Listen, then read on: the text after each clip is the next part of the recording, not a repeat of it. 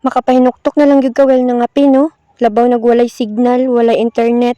Buntag pa lang wala na internet. Ato pa dining November 3. Start na nig ulan-ulan pero hinay pa ang hangin. Nangandam na pud mi aning tayma sa bagyo. Makahuna-huna sad ko dito sa amua ay kay wala pud ko kapuli. Unya kani pag yung walay internet lisod kaayo. Tungod sa ulan nga walay hunong-hunong napuno na gid ang tulo ka banga. Ngun ani na diri sa isla tubig ulan ang ginakaligo. Ani nga time gihigta na nila ang balay. Gihigot na dira ni Wiwi ta si father-in-law na sa babaw nagkatkat kay siya ang nag-itsa sa pisi. So well nangandam sila dira para dili paliron sa hangin ang atop. Ang ubang tawo pud ana kay nag-amat-amat nag-evacuate dito sa eskwelahan sa Malukabok Integrated School. Aning tayma kay wala pa na landfall ang bagyo pero kusog-kusog na baya ang hangin. Well, kami nangandam, among bata sa diri perting lipaya day, wala siya kaibag unsa nang nahitabo.